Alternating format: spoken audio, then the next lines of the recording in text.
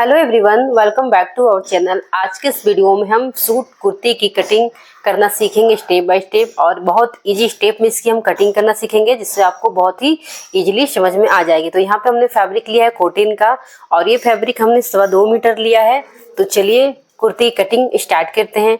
तो यहाँ पे हमने फैब्रिक को खोल लेनी है और इसे डबल करके रखनी है, यानी कि डबल फोल्ड में रखेंगे। तो जो भी हमारी फैब्रिक है उसे हमने डबल करके रख लिया है। देखिए कुछ इस तरह से हमने डबल फोल्ड में करके इसे रख लिया है।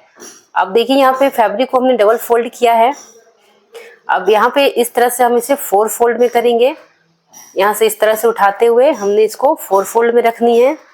तो जब भी आप कुर्ती कटिंग करेंगे फैब्रिक को 4 लेयर में रखनी है, यानी कि 4 फोल्ड में हम रखेंगे। तो यहाँ पे देखिए हमने इसे 4 फोल्ड में कर लिया है। इस तरह से हमने अच्छे से इसे सेट कर लेंगे। तो देखिए फैब्रिक हमारी 4 लेयर में हो गई है। तो 4 लेयर करने के बाद अब हम इसकी विड्थ देखेंगे, यानी कि 4 फोल्ड करने के बाद हमने इसकी विड्थ को कितना रखा है।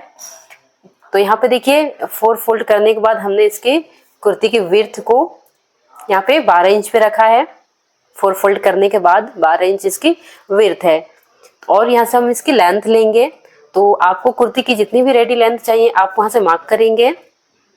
तो मैं यहाँ पे कुर्ती की रेडी लेंथ 41 इंच पे रखूँगी, और यहाँ पे 2 इंच यानी कि 2 इंच हमने मार्जिन को ऐड कर लेंगे, यानी कि 43 इंच पे हम इसे पूरी लेंथ इसको लेंगे। 2 इंच हमारी मार्जिन में जाएगी। तो इस तरह से हमने इसकी विड्थ और लेंथ को देख लिया है। तो चलिए अब इस तरह से हम इसकी मार्किंग करेंगे। यहाँ पे जो हमने लेंथ लिया है यहाँ पे लाइन को स्ट्रेट कर लेंगे। तो इसी तरह से आपको विड्थ और इसकी लेंथ को पहले ले लेनी है। तो जो भी साइज की कुर्ती बनाएंगे उसे 2.5 से 3 इंच हमें एक्स्ट्रा लेनी होती है विड्थ में। तो यहाँ पे देखिए अभी हमें फोल्डेड साइड है और ये हमारी ओपन साइड यानी कि खुला वाला भाग है। तो यहाँ से अब हम फोल्डेड साइड की ओर से मार्किंग करना स्टार्ट करेंगे। तो यहाँ पे सबसे पहले हम शोल्डर की मार्किंग करेंगे।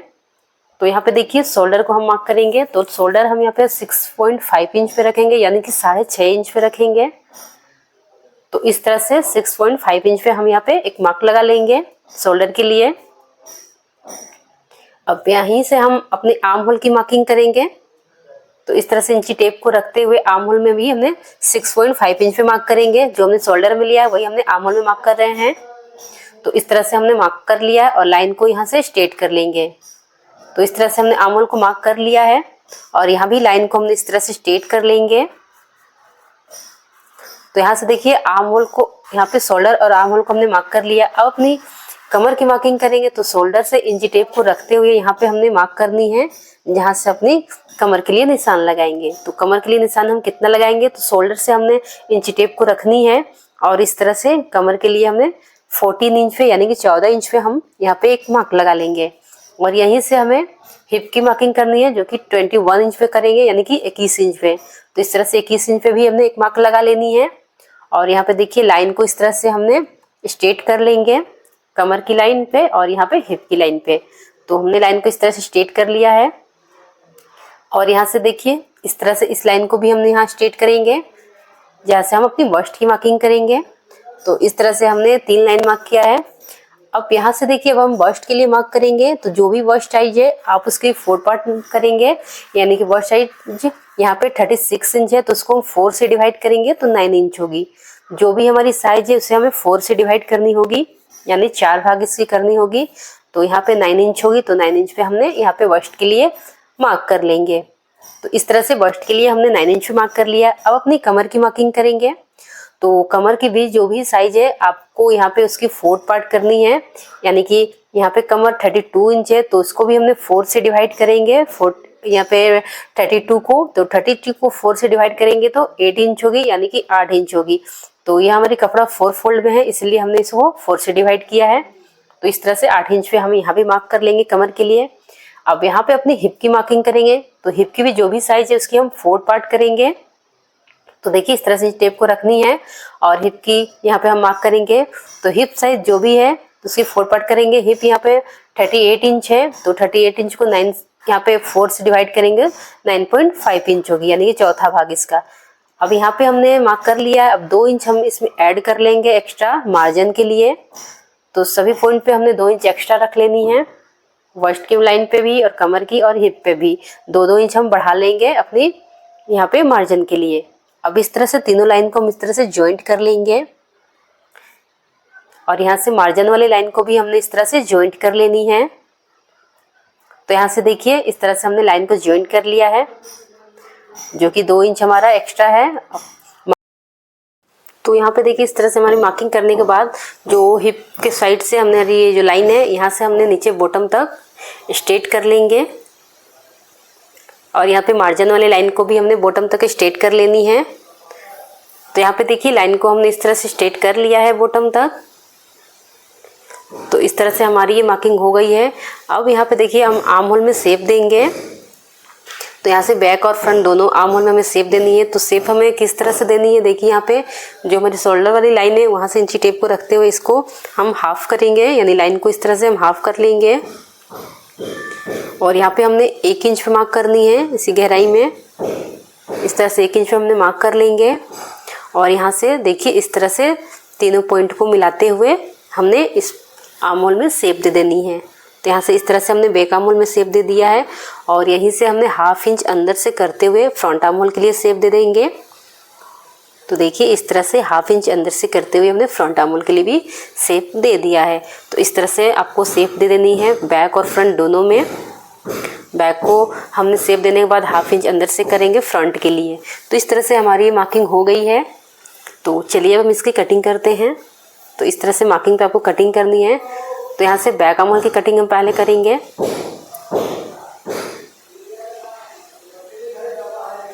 तो इसी तरह से आपको मार्किंग पे कटिंग कर लेनी है।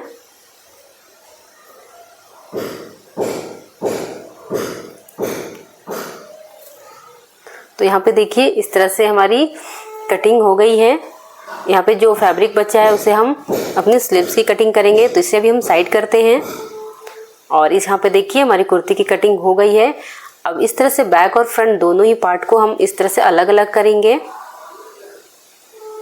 तो देखिए इसी में हमारी बैक पार्ट है। तो इस तरह से बैक पार्ट को निकाल लेंगे और दोनों ही पार्ट को हम अलग अलग कर लेंगे। यहाँ से हमने बैक पार्ट को अलग कर लेनी है और इस तरह से फिर से हमने फ्रंट पार्ट को लेनी है इस तरह से फोल्ड करते हुए, और जो हमने 1/2 इंच अंदर से करते हुए इसमें आर्म होल में मार्क किया था फ्रंट के लिए उसकी हम कटिंग कर लेंगे। तो यहाँ पे देखिए इस तरह से हमने इसकी कटिंग कर लेनी है। तो इस तरह से आर्म होल की भी कटिंग हमने फ्रंट में कर लिया है।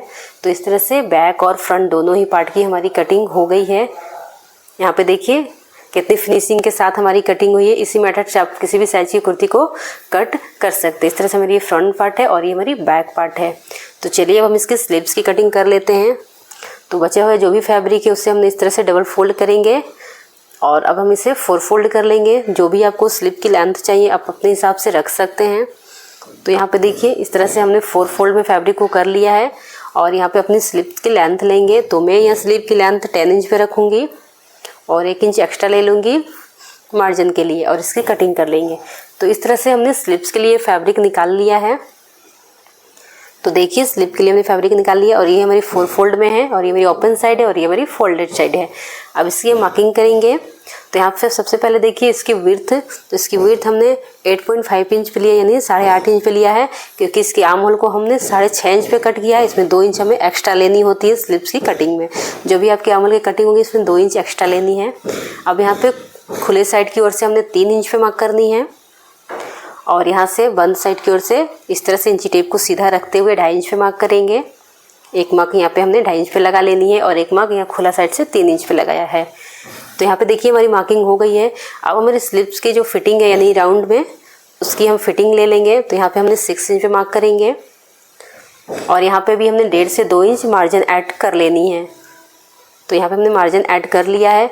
अब यहाँ पे देखिए जो दोनों पॉइंट हमने लगाया है उसे मिलाते हुए हमने स्लीव में शेप दे देंगे। तो इस तरह से स्लीव में आपको दोनों पॉइंट को मिलाते हुए शेप कर देनी है, स्लीव के लिए शेप दे देनी है। और यहाँ पे देखिए इस तरह से लाइन को हमने इसमें जॉइंट कर देंगे, जो हमारी सिलाई वाली मार्जिन है और यहाँ मार्जिन वाली, दोनों लाइन को हमने इस तरह से जॉइंट कर देनी है, सिलाई वाली भी और यहाँ पे जो हमने एक्स्ट्रा रखा है 2 इंच मार्जिन के लिए। अब हम इसकी कटिंग कर लेंगे इस तरह से मार्किंग पे। तो यहाँ पे राउंड की फिटिंग लेके हमने 2 इंच एक्स्ट्रा लिया है और यहाँ से हम इसकी कटिंग कर लेंगे। तो इसी तरह से हमारी स्लीव्स की कटिंग भी हो जाएगी। तो स्लीव्स की कटिंग भी बहुत ईजी है, आप इसकी कटिंग बहुत आसानी से कर लेंगे। और यहाँ से स्लीव को हम फैब्रिक को खोल लेंगे और इसे हमने यहाँ पे देखिए रोंग साइड में रखेंगे, यानी दोनों स्लीव की जो हमारी फैब्रिक है स्लीव की जो हमने कटिंग किया उसे हमने रोंग साइड में रखेंगे और यहाँ से नीचे से 3 इंच छोड़कर हम यहाँ से फ्रंट में इसकी गहराई देंगे। तो यहाँ से हमने ½ इंच लगभग करते हुए 3 इंच के दूरी में हमने इस तरह से गहराई की कटिंग कर देनी है। और फैब्रिक को आपको उल्टा रखना है ताकि जब सीधा हो तो ये सीधा में कट हो। तो यहाँ से देखिए हमने ½ इंच की गहराई कट कर दिया है, जो कि मेरी फ्रंट पार्ट की ओर गहरा रहेगी। इस तरह से स्लीव की जो हम स्टिच करेंगे तो इसकी फिटिंग बहुत ही अच्छी आएगी। इस तरह से आपको ½ इंच की गहराई देनी ज़रूरी है। तो देखिए दोनों ही स्लीव की कटिंग हो गई है हमारी, कुर्ती की, ये सूट की भी कटिंग है। ये बहुत ईजी स्टेप में हमने इसकी कटिंग किया है। आप अगर अपनी कुर्ती या सूट की कटिंग करेंगे तो इस मेथड से करेंगे तो आपकी कुर्ती की कटिंग बहुत ही इजीली आपकी कुर्ती की कटिंग हो जाएगी। अगर आपको ये वीडियो पसंद आए तो वीडियो को लाइक करें। अगर आप हमारे चैनल पर नए हैं तो चैनल को सब्सक्राइब करें। फिर मिलते हैं नई वीडियो के साथ में, तब तक के लिए थैंक यू।